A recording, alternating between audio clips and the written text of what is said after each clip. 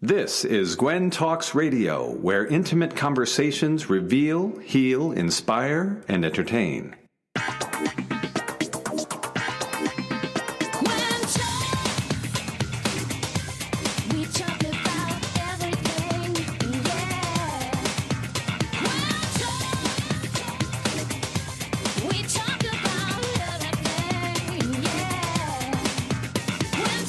And now, here's your host, Tess Cacciatore.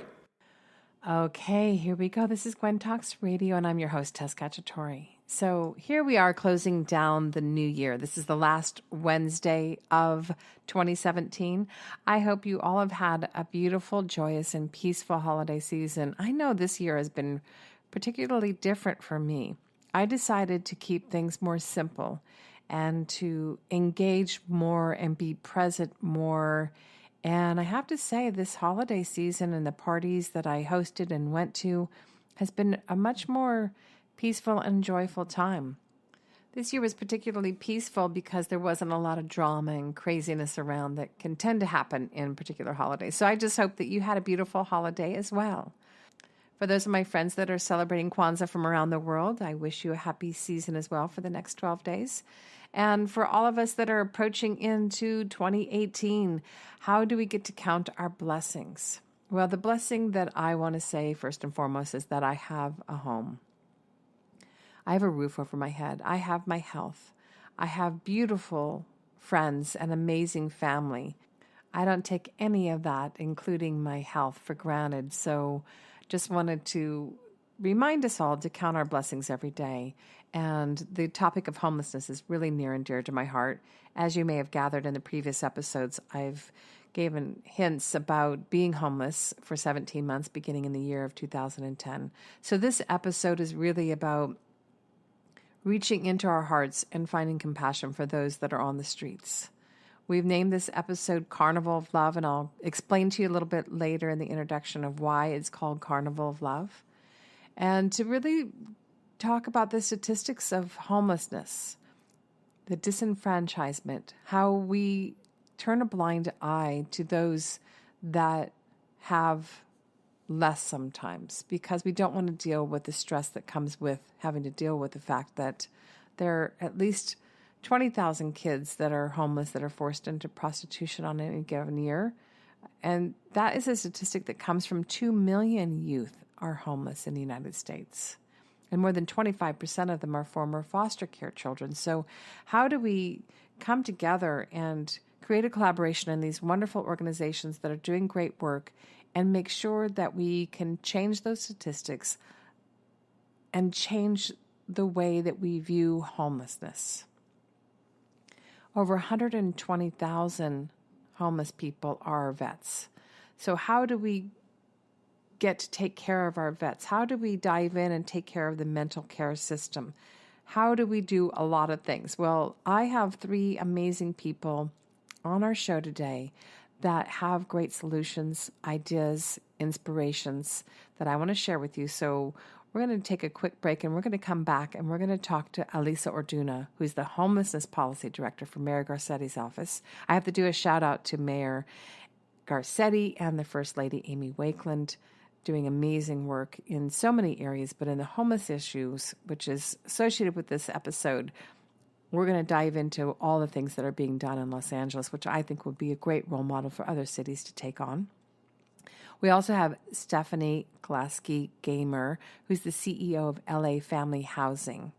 And I went to do a walkthrough with First Lady Amy a couple of weeks ago. It's right here in Los Angeles in the North Hollywood area. And the facility that they're providing for families and single people and the services they're providing, I'm really excited to work in tandem with them with our Global Women's Empowerment Network, coming up with curriculum of empowerment and really using that as a pilot program because what they're doing is absolutely fantastic.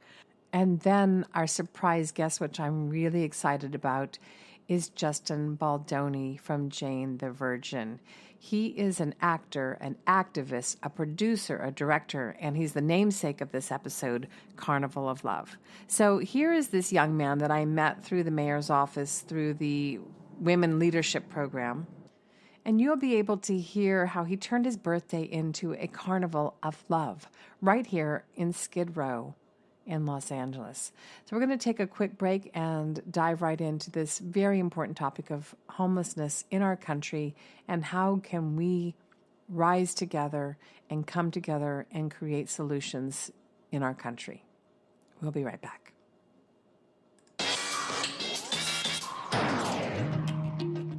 There are self-help seminars costing thousands of dollars guaranteeing miraculous transformations. There are compelling speakers and life-changing weekend experiences where you can walk on fire. They all deliver revelations that guarantee you'll come back for the more expensive revelations filled with even greater wonder next month on Fiji. We get addicted to positive, heartfelt, expensive theater. What we really need is a jumpstart, an awakening, someone who can give us a reminder that everything we need lies within. Through inspiration and practical knowledge, Dorothy Donahue helps people get grounded and motivated, inspired and energized. It's not just words and affirmations and the power of intention. It's a mindset brought about by a tangible, transcendental experience, an audio-visual, physical, spiritual experience that helps us realize we transform ourselves. We get tools to become the conscious co-creators of lives of unlimited potential. Find out more. Go to DorothyDonahue.com.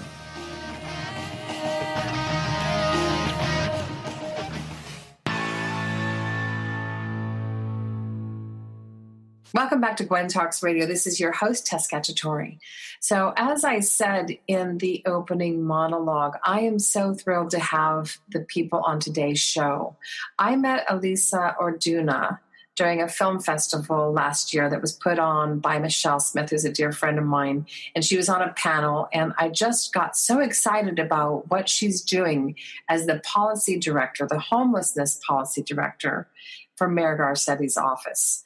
And we got to talking, and I've gone to her office several times throughout the year. I've actually gone to see some of the programs that they're doing hands-on, and I just am so excited about what we're doing in the backyard of Los Angeles. So I want to bring her onto the show so we can talk about all the wonderful things that we're doing. Hello, Alisa. Hi, Tess. How are you? I am so great. I know we've been scheduling this and going back and forth between your busy calendar. So thank you so much for taking the time, especially during the midst of all the holidays and all that. Oh, well, thank you for having me to talk about this important topic for our city. I'm so excited. You are so awesome. When I've come to your office, I was so blown away that first day when you laid out this plan of things that are concrete and happening, as well as the vision that you have that you're implementing into our city is quite extraordinary. So I want to talk about a few of the programs that you have going on and see how we can inspire our listeners to get involved, maybe take a lead in one of the projects, which we're talking about, with Global Women's Empowerment Network, to really get involved in this first topic I want to talk about, because I actually came down to see the Skidrow Community Refresh Spot. How amazing was that? How did you come up with that? I know you're dealing with really amazing Skidrow activists that live and work right in that area. So tell us about the Skidrow Community Refresh Spot. Oh, absolutely. My pleasure. So first, I want to frame the Skidrow Refresh Spot as part of one of the pillars of the mayor's strategy to address homelessness. We kind of look at homelessness in three pillars, which are street engagement. What are we doing for the person residing on the street today? Housing. How do we end their episode of homelessness through connection to permanent housing? And then, of course, the third area is prevention. If it's increasing minimum wage, if it's linking up our workforce development system, and or increasing case management services to keep people housed. So those are the three pillars. And the Skidrow Community Refresh Spot is a community-driven project. I would say I've been with the mayor's office for a little bit over 2 years now. And it tops, hands down, is the most exciting project that I worked on because we actively engage with the community. On the one hand, this is a project that is long overdue. Our unsheltered population in the Skidrow community has continued to increase. as we face this incredible affordable housing crisis across our city. And we know that with the increase, we far outstrip the availability of shelter beds in the Skid Row community, the availability of access to bathrooms, showers, drinking fountains, and other just basic necessities. And so it was in response to the community saying, we must address the access to bathrooms right now. And we want them addressed in a way that's trauma-informed, that is safe for women or other transgendered and other vulnerable populations to be able to access, make sure they're handicap accessible, because we know that there are people with varying degrees of physical disabilities in the Skid Row community. And they didn't want it just about toilets, but a place where they could gather to rebuild and mend some of the fractures that people have experienced in other communities. So again, it creates a sense of belonging. So I think my partner, colleague here, Zita Davis, and I, we've been working with a group of Skid Row community residents and leaders and representatives of various organizations for about 8 months, every other week. And we would meet down in the office of USEP or LA CAN. And we designed a model even down to the community identifying a particular provider that they wanted because of their philosophy around trauma-informed and harm reduction, to the hours of operation, to making it a beautiful site. I haven't been down there this week, but I understand some artists were down last week and painted a series of murals outside in the waiting area. And honestly, it's a mobile trailer with shower stalls and bathroom stalls, and it's a temporary trailer for right now. We're expecting more permanent trailers to come mid-January that will also offer laundry. And it's a place where if you just need to use the bathroom, you can come in. If you may have a job or you're looking for employment, you can come in early in the morning at 6 o'clock, 6:30, take your shower and get dressed and go to work. If you have been outside for a long time and feel like no one cares about you, you hear right at 6 o'clock, the music starts playing and there's friendly staff there that say, good morning, welcome, come on in. Do you need a change of clothes, clean underwear? Do you need lotion or soap or any product?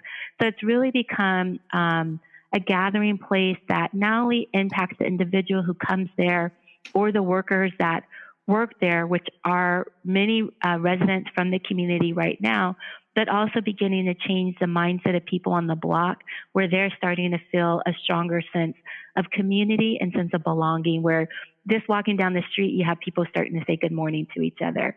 So it's a model. Gosh, I love that. Go ahead. It's a model. No, I was just going to say, I think it's a model that hopefully we can replicate in other communities citywide. Well, not only that, what I got so inspired about what you're doing at the mayor's office is that not only citywide, but I just see that I want to shine a spotlight on what you all are doing, because this can be really replicated nationwide. When I heard the statistics of how many people are homeless in the Skid Row area, it's really a tent city that's around 5 blocks or something like that. I mean, what is the circumference and what is the actual statistics? Because I've heard extraordinarily large amounts of people that are on the streets over there. So Skid Row in particular, it's one of the largest, most dense unsheltered populations or concentration of unsheltered residents in the country. Up and down the West Coast, from Vancouver all the way down to San Diego, many West Coast cities, we're dealing with a large unsheltered population, mainly because of weather and other factors that are driving people into homelessness. But Skid Row, even though there are encampments in every part of the city now and every part of the county, Skid Row still remains the largest concentration. And historically, Skid Row was created as a place where people experiencing extreme poverty or homelessness or addiction or mental illness were gathered, because it's where we located our missions and other shelter facilities. And at the time, the wisdom was locate all the services in one community and you have kind of a one-stop shop. But through time and through better data collection, we learned that 70% of people who are experiencing homelessness outside an encampment, where they are currently located tends to be where they're from or they have some social connection. So Skid Row is probably one of the few exceptions to that, where people may still fall into homelessness in Skid Row because of the services. So there are about total 5,000 people experiencing homelessness, close to about 2,500 that are unsheltered. So about at least half of them are unsheltered on the street. The other half are either living in emergency shelter or still there's some transitional housing beds, particularly for veterans and people surviving domestic violence in the community. And I would say Skid Row is probably, the entire community is about 50 square blocks, but you're right, some of the blocks within that area have higher concentrations of the tents and other makeshift dwellings than others in that community. So you are estimating around 5,000 people that are homeless in the Skid Row area? Because I had heard that it was a larger amount. So it's about 5,000. Citywide, we have 35,000 people experiencing homelessness. Around 25,000 are unsheltered that are experiencing homelessness. Wow. Well, we're going to be talking to Stephanie of LA Housing coming up here in a few minutes. So we're going to talk about one of the wonderful solutions on it. But I don't want to leave the Skid Row Refresh Spot before asking a few more questions, because I want our listeners to be able to really dive in. And we're going to have some information on our website, globalwomen'sempowermentnetwork.org, where you can donate, because I'm so excited about this project. There's so much pride that someone can take when they get cleaned up and when they know that there's someone that cares for them. How many showers a day are you able to offer to the clients down there in that area? So our goal is to open this 24 hours, and it's just we're doing it gradually because we're bringing on brand new staff, again, people from the community who may not have worked in a long time. So giving everyone a little breathing room, allowing room for staff training. So we're only open about 6 hours right now. And today I understood before 12 o'clock and we open up at 6 o'clock, 60 people had taken a shower just this morning. Oh my gosh. It's significant. You know, our goal is to try to get up to 500 a day of usage, not necessarily showers, but people that may just want to come in and use the bathroom, eventually when we have the laundry, or they may want to take a shower or some combination of it. But to have 60 people just within the first, about 3 hours or so, that's huge. Absolutely. And that was just showers. I know. And I saw the facility before you opened, and it's so amazing. I can't wait to come back down there and see the murals that are going on. Now, another question that you were going through with Zita that day, and Christopher Mack, I have to do a shout out to Mr. Mack. Yes, of course. We have to. I've known Christopher for a long time, and when I found out he knew you and you were all working together, it's just one big happy family. So a shout out to him and all the community people that they're doing with the Urban Voices. I'd like to do a big, huge love fest for them. We're going to be doing some work down the road with them as well. But the conversation that you had about the towels, now, because I was starting to gather towels, and then I was hearing a much more, I think, sustainable situation where there'd be disposable, eco-friendly, disposable towels. Did you decide on which way they could go, and how can our community come and support this? We did. So we ended up, Homeless Healthcare is the dominant or the central provider for the Refresh Spot. They decided to go with a towel service. So it's a service that will come and deliver clean towels and take them away and do the laundry. And then they just keep it restocked. So that is a very sustainable way. We tried the disposable towels, but it didn't feel like the quality and the dignity that we wanted. It felt like something you would have in more of a hospital setting, and we did not want to replicate that. Hospitality is our number one, which we actually learned a lot from Lava May, which is a mobile shower program that came to Los Angeles last year and has now spread in a couple of communities around the city. One way or several ways that the community at large can be supportive are, again, we're dealing with various subpopulation. So for instance, for women, we need a range of feminine hygiene products. And as women, we know that when it's that time of the month, we have varying needs. And so to be able to offer a range of feminine hygiene projects for women that are coming in to use the Refresh Spot. Also, there's a large percentage of older adults or adults with disabilities. So things that we may take for granted, such as adult diapers or adult disposable underwear, or like A&D ointment, some of the kind of what you would use for babies, but also for adults that may be having incontinence issues, so that their skin doesn't get chafed. A new underwear, a variety of sizes, socks. Again, it's the cold season now, so hats and socks are also needed. Toothbrushes, toothpaste, dental floss, shaving cream, shavers, anything that we would use to get ready for work in the morning. We're finding there's a need for that in the refresh spot too. I love that, because that was one of my questions for you. And I heard so many stories, and I just think that we are so blessed that we have a home. And of course, my story. I was homeless for 17 months, but I didn't live in the conditions of being outside in the cold. And we take for granted the fact that we can get up in the middle of the night to go to the bathroom. And some of the women that are down there can't do that because there's some dangers. Or as you said, someone might be physically not able to go to the place where they can have a safe way to go to the bathroom. So we have a list of things, and we have the list of what we can do. Would you want to have someone donate money so you can go out and buy these supplies? Can we help you by maybe getting the dental association, which I'm connected to donate a bunch of toothbrushes? Where would we come to drop them off for this situation? I would coordinate with Homeless Healthcare, and their website is hhcla.org. Again, hhcla.org.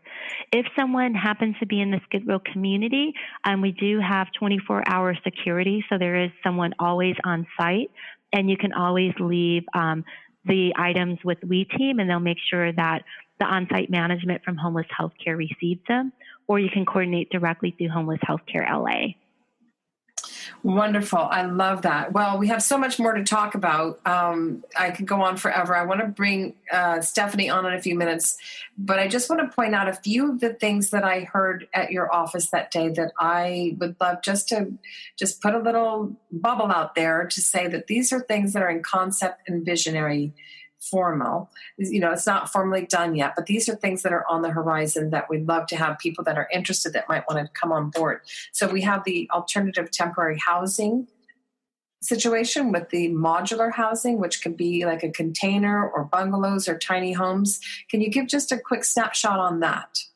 Sure. Again, as part of our street engagement strategy, and one of the things I forgot to mention earlier, which I know Stephanie will definitely go into, is we're very excited to the voters for passing 2 measures around homelessness. At the city level, Proposition HHH, which is a housing bond to create up to 10,000 units of housing for people exiting out of homelessness, and Measure H, which is a countywide quarter-cent sales tax to also provide services, some temporary housing, and also mainly support, though, once people are placed into housing, to keep them housed in the long term. So what we recognize, though, is that while these funding sources are being distributed out to the community, and organizations like LA Family Housing are hiring staff and building capacity and laying out their development plans, as a city, we have an urgent need to help mitigate what people are experiencing on the streets right now. And so looking at ways that we can do that are cost effective, that can be put up quickly, and that aren't permanent, so that we can move to another location and that we don't tie up land that could be developed for permanent or affordable housing. So we're exploring right now, we have an internal work group that's looking at how do we legalize tiny homes?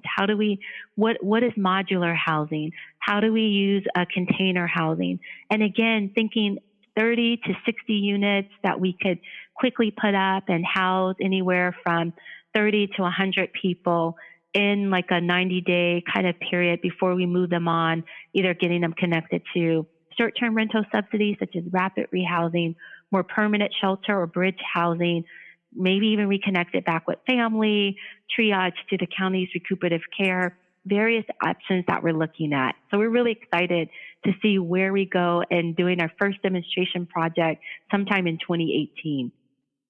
Wow, we have all of that and a mobile storage thing that we'll have to put on our website because we have so much we could talk about. As I know we could be on here for days talking about all the wonderful things. A charity spotlight I want to bring up that Alisa is supporting is sanctuaryofhope.org, and that is transition age youth in South Los Angeles. So that's a really important community age group that needs to have a lot of support, because once they transition out of foster homes, there's many, many youth that are on the streets that can find a better way through this organization.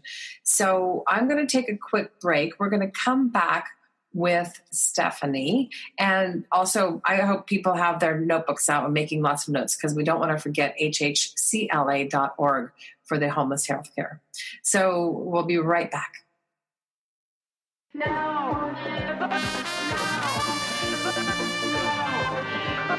Check out the theme song from the feature film Bloodline, Now or Never, by David Longoria featuring April Diamond.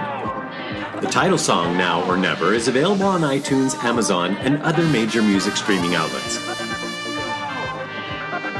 By buying Now or Never, you will be supporting the campaign to help end the poaching of rhinos in Africa.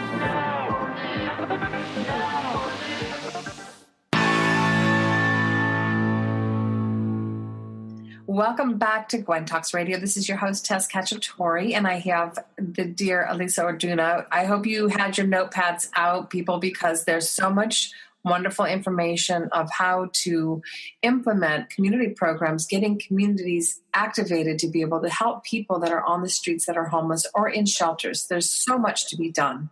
And I think that LA is doing such a fabulous job that I would love to be able to continue shining a spotlight on all that's being done so that we can not only replicate it within our beautiful city, but also across the nation. So I'm going to bring on Stephanie Klasky-Gamer on, and I do need to apologize, Stephanie, because it was brought to my attention that I called it LA Housing. I'm so excited that sometimes I speak a little quickly, and I left out a very important word to your title, LA Family Housing. So welcome to the show, and my apologies for the wrong title. Thanks so much for having me, and no worries at all. Wonderful. Well, I want our listeners to know that the mayor's office, I just want to do a big shout out to Mayor Garcetti, a wonderful human being. And he and the First Lady, Amy Wakeland, do amazing work. And I'm honored to be a part of the Women series. And through this Women series, I saw the homeless panel, which Alisa was running. And there I saw you speak, and I saw many other wonderful organizations that are doing amazing work in Los Angeles. And I got really drawn to what you do, not only because LA Family Housing does amazing work, but you are also in my own backyard in the North Hollywood area. So just a few weeks ago, I came with First Lady Amy Wakeland, and we gathered at your facility, and you took us on the most amazing tour. So tell our listeners about this. And first, I need to say that you served on the Mayor's Affordable Housing Commission, and you're a public speaker on topics of housing and homelessness in Los Angeles. So I'm so honored to have you on the show with Alisa. We're going to talk all amongst ourselves as well, but I want to just get off the plate exactly what you're doing and all the beautiful building that you're doing over in that area. So let's have a little briefing of what I saw, which was so amazing. Absolutely. It was great to have you come on site. We were honored to have the First Lady, as well as some other advocates, join her to really learn how LA Family Housing is taking a multi-pronged approach to address homelessness. As so many of us know, there's multiple strategies that we need to employ, from our robust street outreach team that is engaging nearly 75% of our unsheltered population, to our development of crisis and bridge housing, to creating a service integrated hub for the region where all of our service partners could be working together under one roof. And then ultimately, we end homelessness when people have a home. And so LA Family Housing's development of new permanent supportive housing really is the cornerstone to the success of our work. It's our ability to engage with people along a full continuum of how and where they're experiencing poverty and homelessness, and meet them where they're at, whether they are still unsheltered, living in the Sepulveda Pass, up in the Tahunga Wash, through neighborhoods from Studio City to West Hills to Chatsworth and Northridge, meeting them where they're at and helping them navigate the path from homelessness, from the streets, into their own home and permanent housing. So when you all came to tour the new campus at LA Family Housing, what you were able to see is that full continuum being offered in the heart of the San Fernando Valley. In our region, part of Service Planning Area 2, in our region alone, there are about 7,000 people experiencing homelessness, with 75% of them, more than 5,000 people, still unsheltered. It's critical that we make ease of access to services with the type of dignity that Alisa shared earlier, with that sense of community and with that sense of solution and hope being tied to every way that we work with program participants throughout our region. So you came on site and you saw all that in play, from our service center to a new primary health care clinic being built, our crisis and bridge housing, and you walked through the new permanent supportive housing apartments that 50 people will call home by the end of the year. That whole facility, when I drove up, I felt like I was looking at like this new, beautiful condo building being built. The infrastructure, besides the beauty of the outside of the building, the details with the playground for the children, the community rooms. We walked inside of the apartments that are being built for them. You showed us the area where you have like this central area where people can have counseling. They have their own little storage lockers that they need to keep something private that can't bring into the facility. And we had the pleasure, oh my gosh, to serve lunch. It was so amazing because everyone was so respectful, and just a lot of beautiful heart went on around there. And I know that you're the CEO there, so a lot of that trickles down. They always everything goes to the top. What Alisa's doing in her community and what you're doing, you both are such beautiful pillars in our community to be able to really shine your love for what you do. I could tell that you had such pride and love. How long have you been doing this, and how long has that particular facility been there? Because I know you're expanding so quickly, and it's so beautiful. So we're building the campus actually on the very site where LA Family Housing began 35 years ago. It was the old Fiesta Motel in the mid-'80s that was purchased and converted into a shelter where 40 families could stay for up to 1 month. And 30 plus years ago, that's what we thought was okay. That was how we were responding to homelessness as people experienced it then. It was more situational. Maybe somebody lost some hours at work. Maybe a child got sick and a parent had to stay home and ended up losing their job. And that's what led them to homelessness. Over the last few decades, the needs of the community have changed, and LA Family Housing has been responsive to that change. We don't only serve families, we serve individuals. We don't only serve families that are of one sort of structure or composition. We have multi-generational families. We have same-gender parent families. We have single-parent families.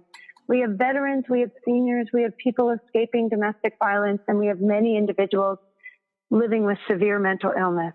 And so as the needs and sort of the characteristic of the family experiencing homelessness and the household experiencing homelessness changed, LA Family Housing evolved as well.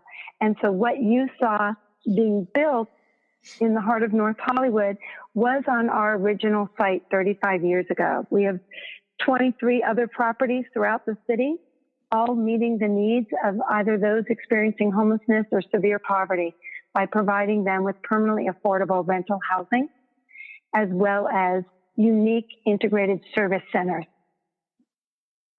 And yes, we're growing. Oh my gosh. Well, Lisa, pop on in here because I know you two ladies, work together and are game changers in our community. And I'm just want you to be able to jump into the conversation as well. Well, I just love the work that LA Family does. And one thing that, so Stephanie talks about that sense of community. I have to tell you, Tess, her and to your audience, her staff, always am impressed because whenever there's like a new funding initiative that comes out or a new program idea, or if it's from the federal government, county, or even the city, for instance, we piloted like a rapid rehousing program, which is a short-term rental subsidy. Stephanie's staff took the guidelines.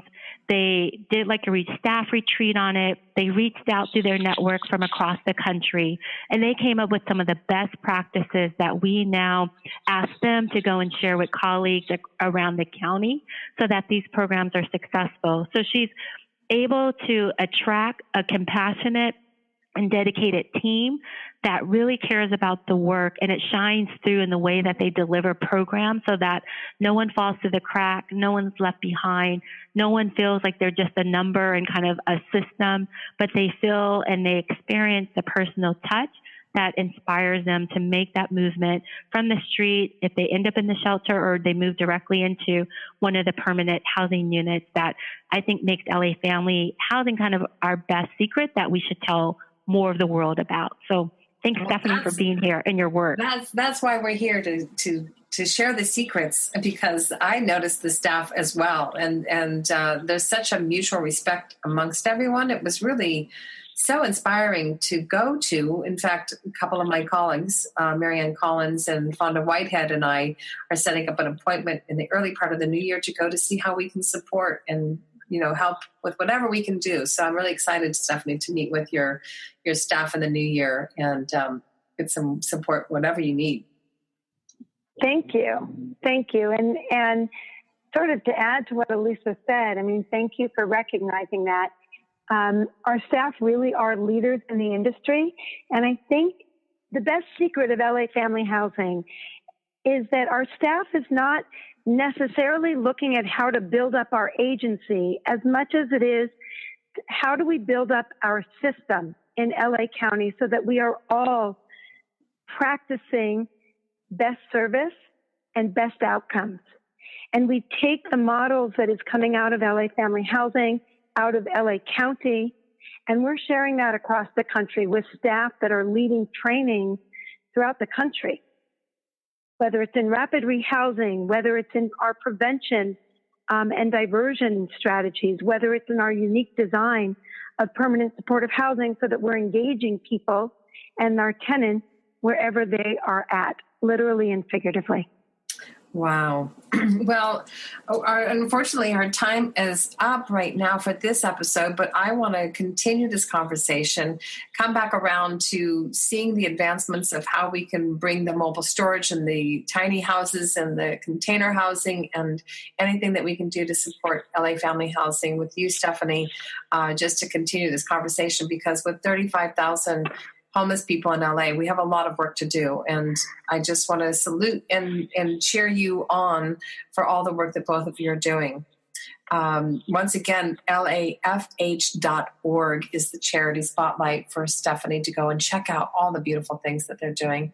And we have the sanctuaryofhope.org and hhcla.org for our wonderful charity spotlights. Right after the break, we are going to have the treat to be able to listen to a pre-record interview with Justin Baldoni.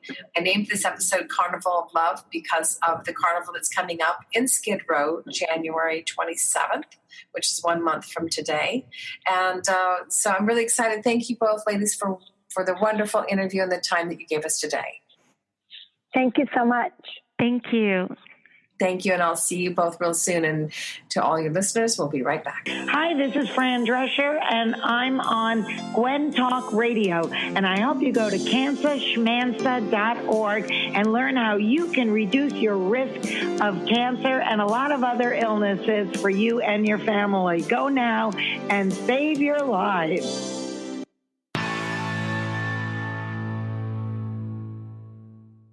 Welcome back. You're listening to GWEN Talks Radio, and I'm your host, Tess Cacciatore. So, as stated earlier in the show, we have a very special pre-record interview with the most amazing young man that I've met in a very long time, which brings me to two of our charity spotlights. Not just one, but two charities that we're going to spotlight today because of Justin Baldoni's work. First, we have Skidrow, Carnival of Love.org. Skidrow, carnivaloflove.org, which we're going to talk about today, and the Wayfarer Foundation, thewayfarerfoundation.org. So check those websites out, support the work he's doing. We're going to dig into both of those organizations today and find out what he's doing in the world. So first off, I'm part of the Women's Leadership Series that's led by Mayor Eric Garcetti and First Lady Amy Wakeland. And it's been amazing to go to these events at the Getty House. And this one particular event a couple of months ago was covered by a panel of activists who are people that are active and passionate about the people who are homeless. And you all know I've been talking about this a long time. This is one of my passions and my sweet spots of wanting to get involved and have been involved. So this young man gets up on the stage and Justin begins introducing Mayor Garcetti. My jaw dropped because of the heart that came forward and the commitment that Justin had in being able to introduce another man with such dignity and power and grace and sensitivity. I feel like crying just now, just remembering that, because I was totally floored. So I live in LA. There's celebrities everywhere, from the supermarkets to the red carpets. I could see the most famous person in the city and not be moved, because celebrity to me means nothing without having that heart and taking the fame and turning it into something for good. And that's what Justin does.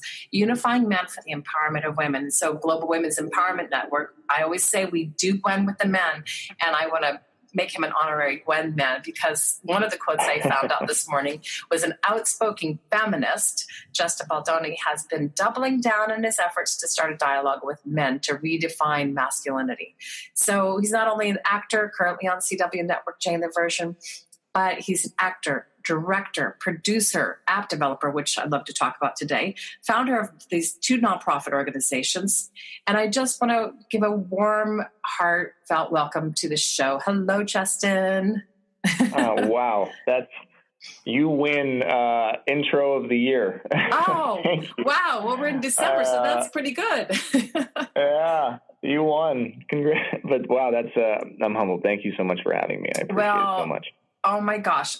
Every word I spoke was true. I first off, when I met you, you were a couple weeks away from your wife giving birth to your son, and congratulations. Maxwell has entered the world. Yes, he has. Thank you so much. He's a beautiful, beautiful, healthy boy. Oh, what's it like being daddy for number 2? And now you have a daughter and now this son. How is it going so far? It's so sweet. It's so sweet. You know, I think what everybody normally says is, oh, it's amazing. First of all, it is amazing. It's also really hard. It's really hard. It's, my daughter's 2.5. My son's 6 weeks old. And, I'm running around crazy, trying to do all the things I'm doing.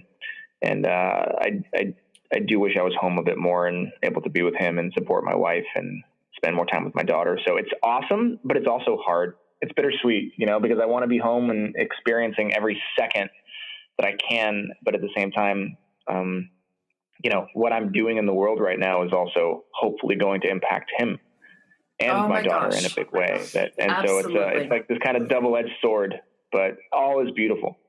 Oh, that's so wonderful. I could just tell from the outside looking in what a wonderful couple you are and what wonderful parents, and that you're growing these kids up in a world that we'll be able to hand over to our children and future generations. That's one of the things that I do with GWEN. My hope and dreams is that legacy lives, beyond all of us, and working with people like you in collaboration is one of my dreams come true. So I'm really excited to have this conversation. First off, I saw the TED Talks this morning getting ready to interview you, because I saw in your trail that you were going to talk on TED Talks. And I said, wait a minute, it must be out there somewhere. And it was. And I encourage all the listeners, go watch this TED Talks. You will be in tears. One of the quotes that says, your strength, your bravery, your toughness. Are you brave enough to be vulnerable? Are you strong enough to be sensitive? Are you confident enough to listen to the women in your life? So where did you come from? What planet are you from? We need to clone you. No, and that, it's so funny. And that's one of the reasons why, truthfully, I kind of doubled down on this work. Is every time a woman tells me they need to clone me, it makes me want to work harder, because I don't want to be like, I don't want to be on a pedestal or be this perfect man, because I'm so far from perfect. Anytime you get built up on a pedestal, people just wait for you to fall. I totally agree. But we're not going to let you fall, and no, you're doing great. But I will. But it's easy because I make mistakes all the time and I'm not perfect. But what I realized was there are lots of men out there, amazing men, far better men than me. I've been given this really wonderful gift of this platform, but like, you don't need to clone me. We just need to give other men permission to come out and start talking about this stuff. And I think together, that's how we that's kind of how we move forward. And, men realize that it actually is strong to come out and be sensitive. Absolutely. It's brave to come out and be vulnerable.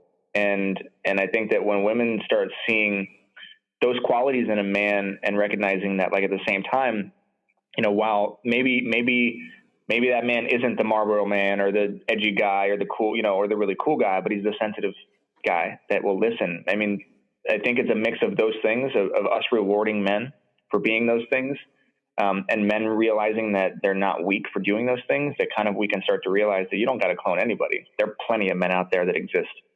Absolutely. So, yeah, well, I say that in honor of you. To answer your question, I'm from LA. That's the planet I'm from. And that we are definitely from another planet. I'm blessed because I'm surrounded by amazing men, but it took me a while to get to that place. I was raised around brothers who I adore. We're really close. My father, amazing man. But I went through my 20s and 30s making some bad choices and all that stuff. So right now I'm in a great place where the GWEN men around me and with me are just phenomenal like you. So I just wish I could clone you all and multiply, and the message that you give is so amazing. What prompted you in this form of activism? I know you said you're very close to your father, and what an amazing man he seems to be too. Truthfully, it all begins and ends with my faith. I grew up in the Baha'i faith, mm-hmm. and in the Baha'i faith, we're taught that the unity of the world cannot be established until women and men are truly equal. Until we eliminate the disparity between the rich and the poor, until we destroy all forms of racism, and so this is deeply rooted in me. It's the faith I was raised in, and and by faith, the Baha'i faith teaches us that the definition of faith is an abundance of deeds and a fewness of words. So faith is about action. It's conscious knowledge turned into action. So that's where it comes from. Of course, my dad, of course, my mom. But the truth is that, my mom was my spiritual teacher. My dad was my example as a man. And growing up, I actually resented my dad quite a bit because my dad wasn't like tough like these other guys. I didn't know how to do the things that these other kids in school knew how to do, like hunt and fish and fight. And, I wasn't the guy that got all the girls. I had a lot of girlfriends, but they didn't want to date me. So this all didn't really click until I was in my late 20s, early 30s. And I started to realize that it's okay to be different. I realized that my power, my superpower was in my vulnerability. And while it didn't reflect, other men can make you feel weak, and other men can make you feel like you're not enough. I realized that, I was fine standing out and being okay with it because it's the one thing that, brought my wife to me. And I think that I realized we just have to really talk about the conversation and redefine what it means to be a man, because so many of the problems in the world are existing because of deeply rooted issues with masculinity. And we just got to talk about it in a way that isn't polarizing and doesn't turn men off and doesn't attack men, because I don't want to attack men. Men have it hard. Like it's not easy to be a man, and that's okay to say. It's also not easy to be a woman. And so the truth is, it's just not easy to be human. And that's really what it comes down to. And that's, as far as an activist goes, there's so many things that I want to touch and take care of and help. And there's only so much time, and I'm doing everything that I can. So obviously homelessness is a big one, which we're going to talk about today. And the Skidrow Carnival and masculinity is another big one. And, my work with the dying. And I just think that, I guess we're only allowed to do so many things in one life. And, but there's so many things I want to do. So it all comes from my faith. I love that. Well, the humanity part is really important to me as well, because we have Global Women's Empowerment Network as GWEN, and people sometimes get confused, like, are you only for women? No, we have to do this in balance. I'm totally in alignment with the fact that there's men like you out there that are passionate about this, and the humanity is where we need to come down from. We have to get rid of that racism. It's perfect timing that we can talk about this finally because of the Me Too campaign and all the things that are going on.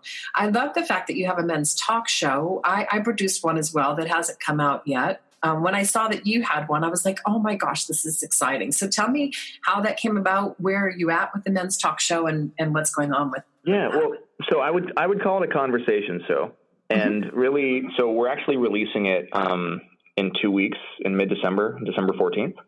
It's called Man Enough. And it's really the first conversation show where you get an inside look to a dinner conversation between 6 men of what it means to be a man today. And we're going to cover all types of issues.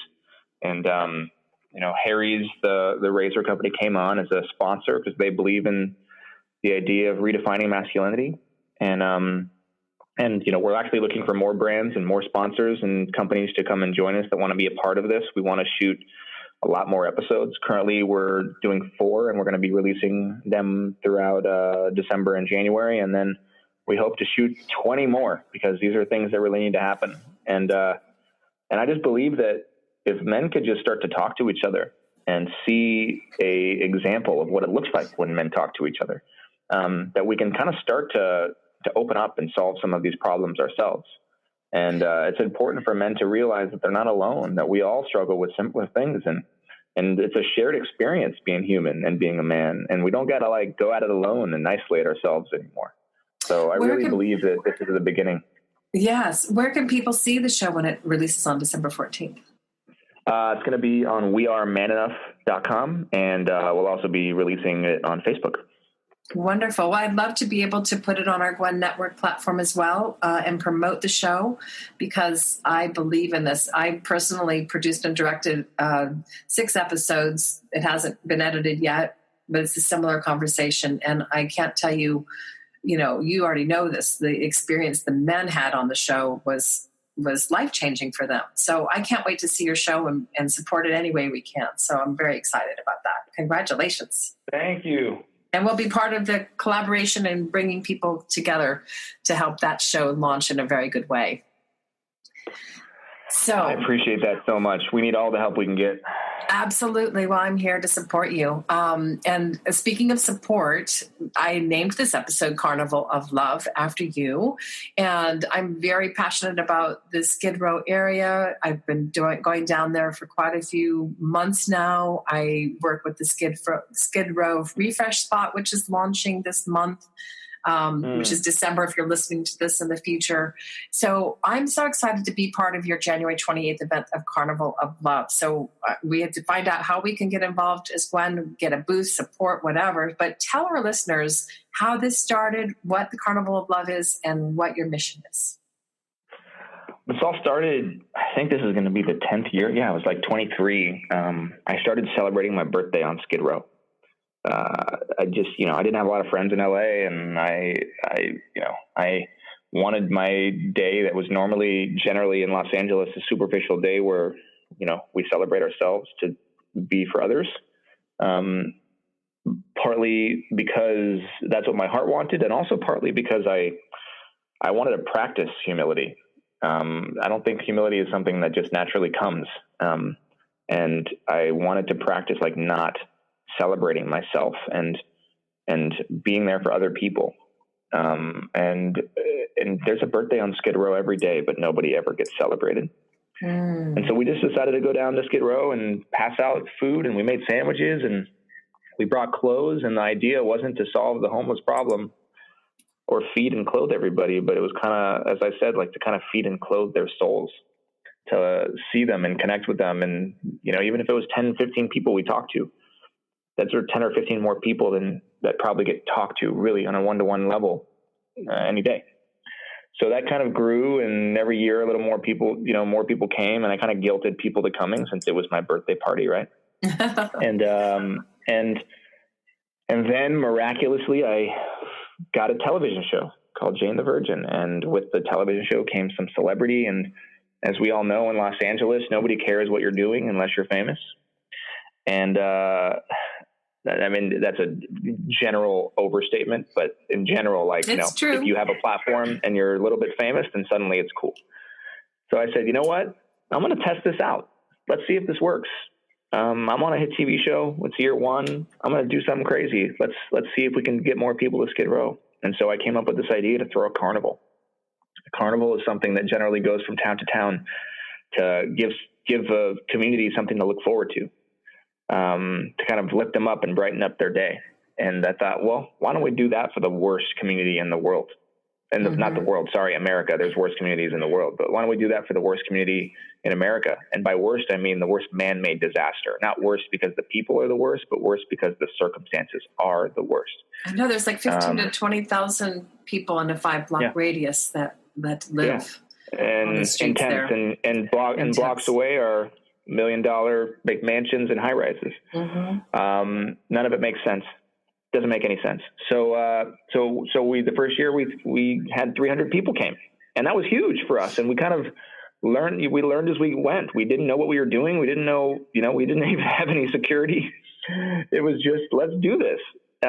And I just deeply believe that when you set out with a pure intention rooted in love, then things work out. And thank God everything worked out. And yeah, so here we are. And you had like 4,000 attendees last year. 3 years later, last year was the third year. We had 2,000 volunteers show up. We served 4,000 homeless. And the whole idea was, for 4 hours, can we not tell who's rich and who's poor, or who has homes and who doesn't? Can we just all be one? Can we be together? Can we dance together? Can we sing together? Can we hug and hold hands? And it's kind of like this one-on-one beautiful model where a volunteer gets paired with someone experiencing homelessness and they spend the day together. Because I believe with all my heart that if you give these amazing people that are down on their luck, that are going through tremendous adversity, the gift of being seen and being heard and being loved, then you can change so much more than any legislation ever could. Because that's how you empower somebody, by allowing them to be seen through shared humanity. So it's not going to solve the whole problem, but it's going to solve problems for some, because sometimes all we need is to be seen. Sometimes all we need is to be remembered that we're a part of this society, even though we feel like we've been abandoned. And you bring 2,000 people together that have never really been around this stuff, that want to be of service. Their only intention is to love, and then you see what happens. And it's an amazing, beautiful day. And I know everyone says, well, it's only one day a year. You can't go into Skid Row and do anything. But I'll tell you, it takes a whole year to plan something like this, because there's no other day you can have 2,000 people come to an area like that infested with sex and drugs and crime and mental illness and all the things, protect them, and also create an environment that's fun and safe and nurturing to the souls of both the participants and the volunteers. It's one day, and this year we're really focused on, well, how can our imprint last much more than one day?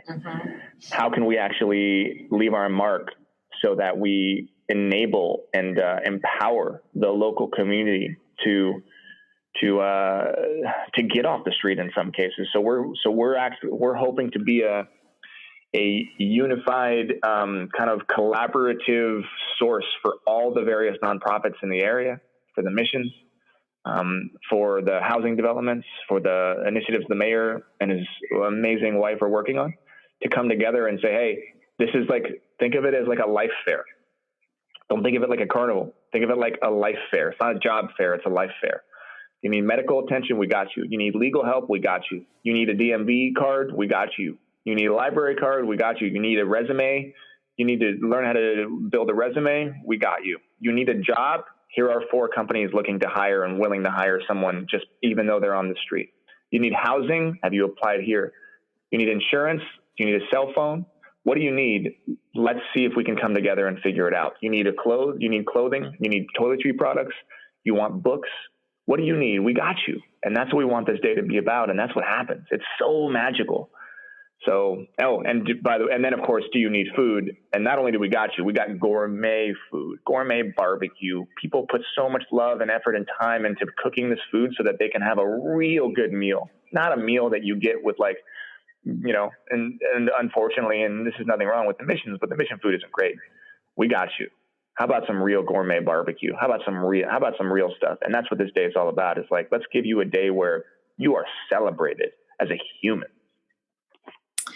I just love this conversation because that one day does impact you. There was, I think it was 1998, I went to do the foster care on the Santa Monica Pier. And I'm still in touch with the young girl that I got paired up with. That one day did change our lives because we were able to see each other in a different light. I've experienced homelessness, which is coming out in my book. So I'm right there with you. I want to hold those hands. I want to be there with you. Alisa Orduna from the mayor's office is on this show. So I'll be hearing a lot of what the mayor's office is doing, which is really amazing, groundbreaking initiatives that are happening right here in the heart of Los Angeles, where they want to take it to other cities, as well as you want to take this Carnival of Love to other cities. How can we spread this model that is so perfect into other cities? Yeah, well, it's a work in progress, and every year we grow and get better. So this year we're having people from all over the country fly out to see what we're doing. And part of the Carnival of Love is we are obviously looking for donors and sponsors because we want to train individuals in their own communities to do this and kind of turn this carnival into something that you can have in Seattle or San Francisco or Chicago or New York or wherever you want to do it. And that's part of our foundation model, is to empower others to change the way that they respond to their own local, population of those experiencing homelessness. So the way it works really is come to the carnival, sign up, email us, say you want to do it, help sponsor. Of course, like any nonprofit, we need money to make this happen, but the money all goes to putting this stuff on. And then it just takes action. Just all you got to do is start making phone calls and say, I want to create a day of service and love for those experiencing homelessness in my city. And we're doing it with the carnival. We're bringing the Carnival of Love to whatever your community is. And then we just do it. It's that simple.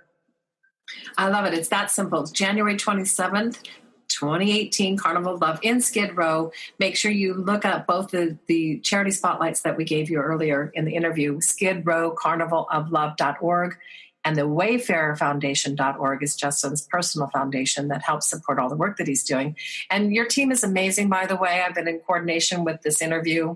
So I want to thank them for all of the coordination behind the scenes of your busy schedule. And thank you for the time that you've given us today. I just count me personally and GWEN as an organization on board to help and spread the word and partner up in any way we can. I appreciate it so much. Thank you for the support. And I can't wait to see you out there on, I believe it's the 27th this year, January 27th. Yes, it's the 27th. Yes.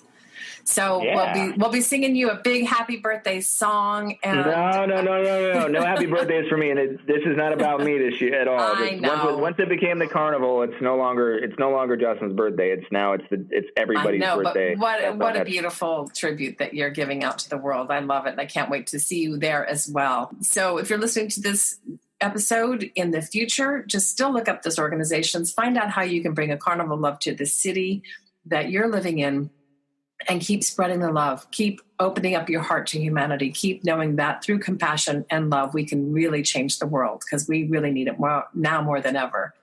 Thank you again, Justin. You are such a pure, divine inspiration.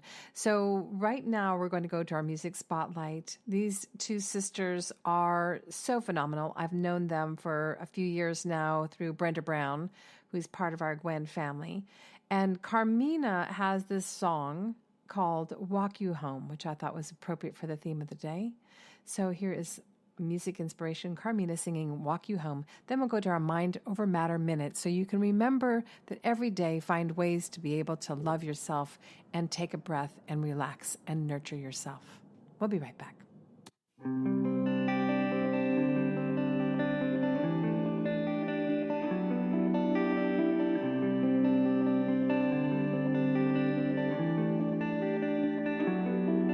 Slow down. What's on your mind?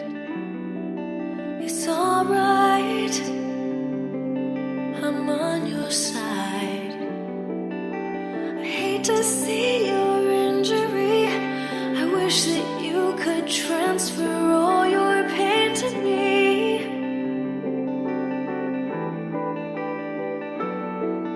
Stay here. It's okay to cry. Let me help you make it right. Let's turn up the radio. Let the bands remind you that you're not alone. We all get low. Even the brave, they depend on someone. The moon that shines with the help of the sun. And it's not as safe when you're walking alone. I'll walk you home.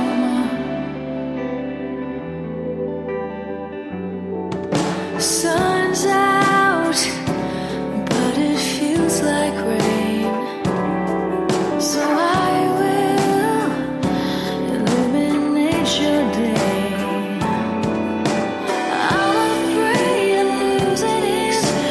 What's it gonna take for me to get through this? We'll get through this. Even the brave, they depend on someone. The moon that shines with the help of the sun. And it's not as safe when you're walking alone. I'll walk you home.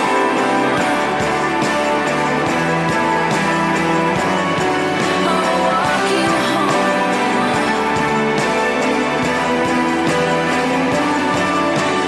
Need the band to play the song.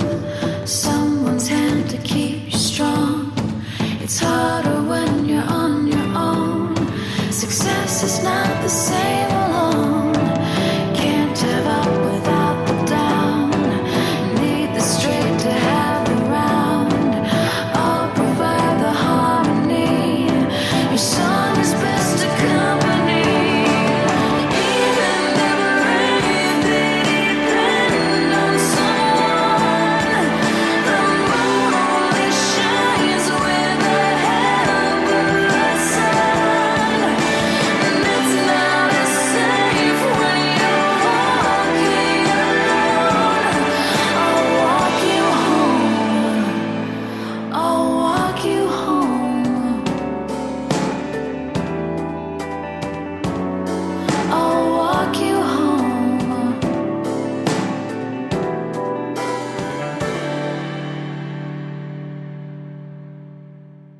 And now, a Mind Over Matter Minute.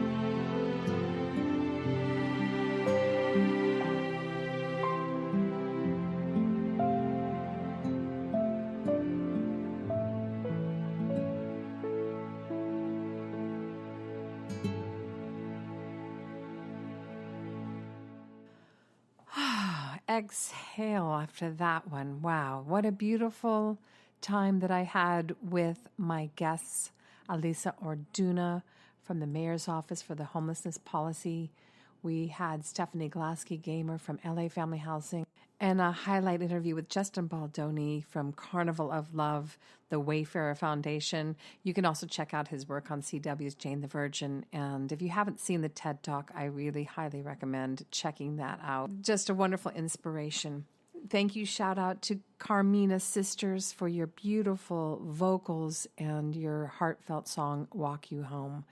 I want to just to say this is the last show of the year. I've had such a blessing over the last 12 weeks, creating, collaborating, highlighting, spotlighting, sharing with all these beautiful people, and I look forward to the next year ahead, and I'm counting on my blessings. And remember, as I always say, the world is much better with you in it, and until then, may you be completely blessed. Thank you for listening. Visit us at gwen.live and join our GWEN community. Share what's on your mind.